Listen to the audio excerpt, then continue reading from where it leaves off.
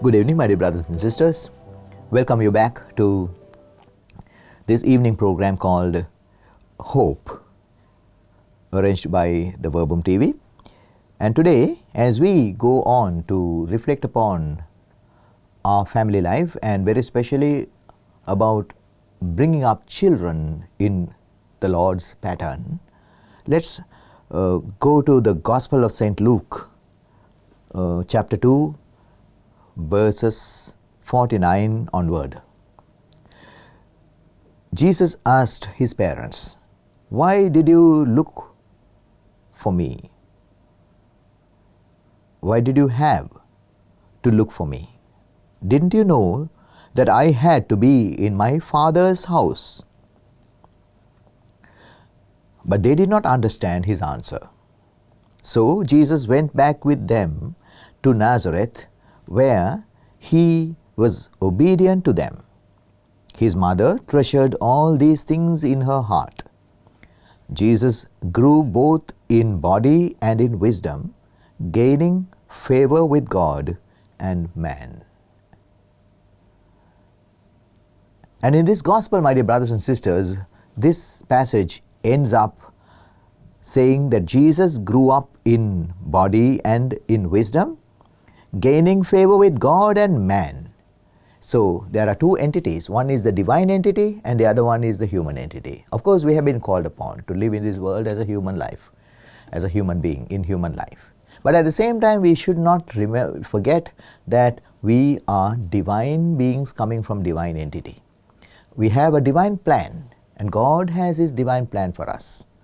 So the moment we forget about that and we delve into the human entities of life, the temporal entities of life, a little too much than necessary, because there are needs and necessities, and there are desires and greeds. When the need becomes a greed, then we enter into the danger zone. So we have to know, when we live in here in this world, to please the worldly situation and to receive whatever that is necessary for us to live in this world. But more than that, to please God who has given us his life. Now let's see what happened to Jesus and why did he say, "Why did you look for me? Didn't you know that I should be in my Father's house?" What is his Father's house? That is, he, although belonged to a human family, he belonged to his Father's house. This is not only the story of Jesus, my dear brothers and sisters.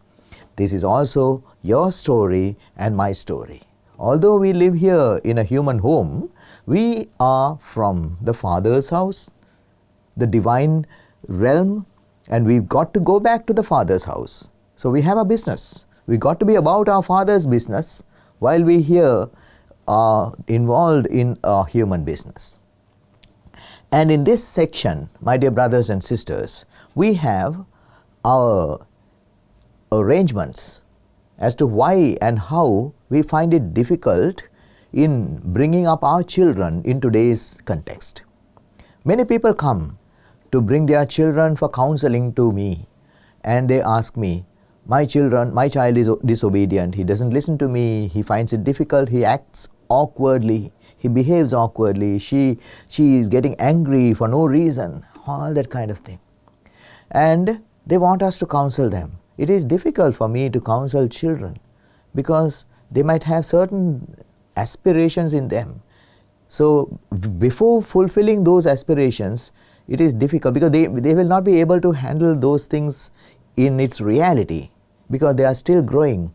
In the brain, as we say, the prefrontal cortex, the area of the brain that is responsible for reasoning, planning, and decision making, so on, is not fully formed, and they are in still formation, and therefore it is not easy for us to counsel a child.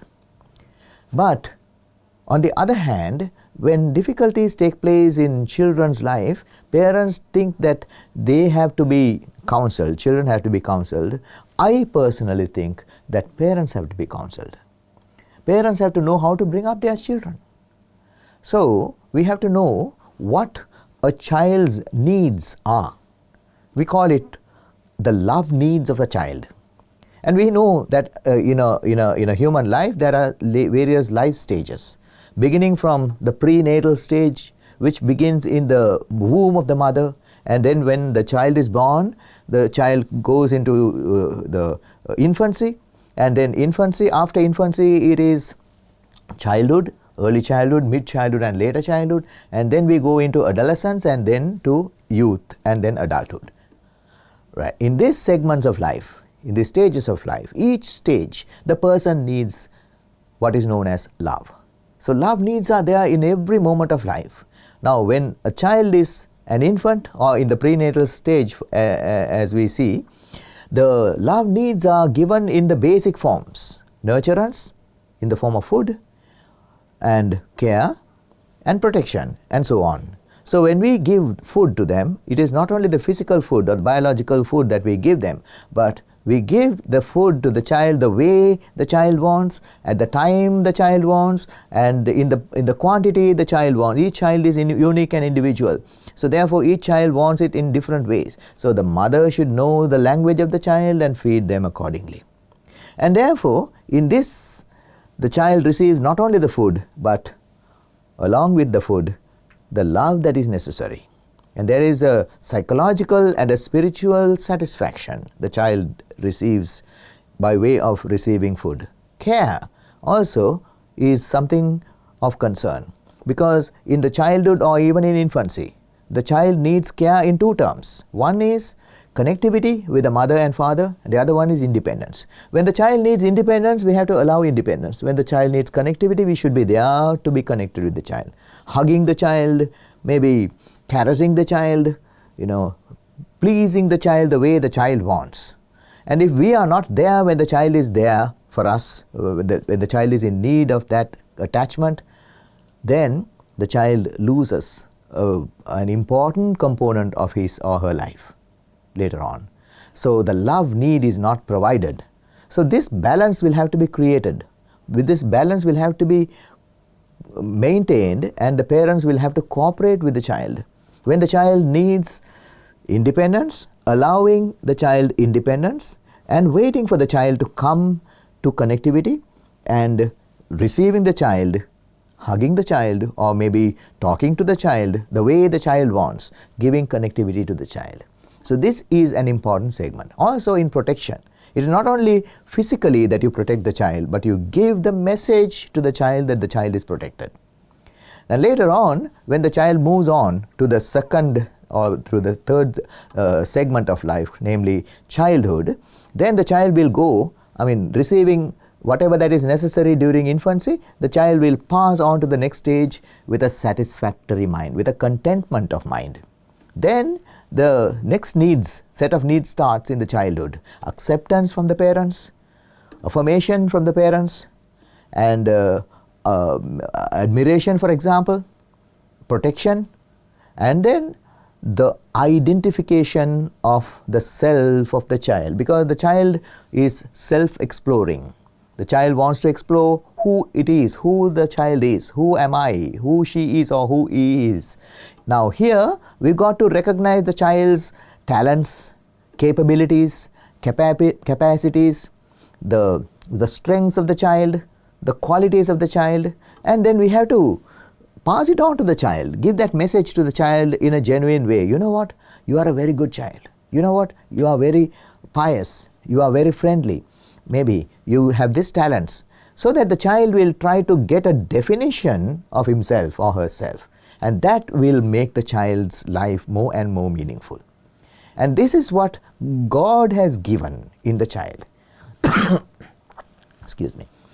When parents rear or bring up the children, it is better for them to know that the child is not only their belonging. The child belongs to God. As Jesus said, "Don't you know that I should be in my Father's house?"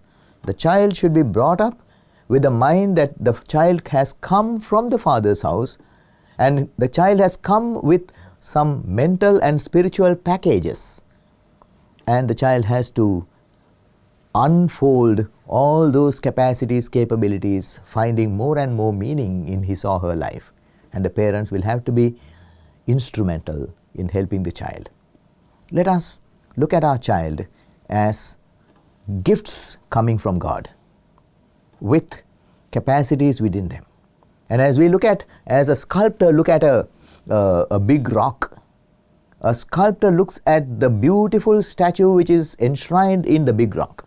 And what he does is, he chips away the unwanted elements of the rock and he brings out a beautiful element of the statue. Likewise, when a child comes to us, the Lord in His goodness has set in all the capacities of life in the genes of the child, in the chromosomes of the child. The future is already planned, and it is for the parents to discover them and uncover them for the child, so that the child also will discover who he is and who she is and have a hopeful life for the future. Let us help our children for a future and a better future by giving them a hopefulness in life, a hope in themselves, a self-confidence in themselves, so that they may grow out to be more and more meaningful, more and more purposeful. And as Jesus mentioned, as the gospel mentions here, as Jesus grew in body and wisdom, gaining favor with God and man, make life more meaningful. Let me wish you a blessed parenting, and let me wish you a blessed family. God bless you all, my dear sisters and brothers.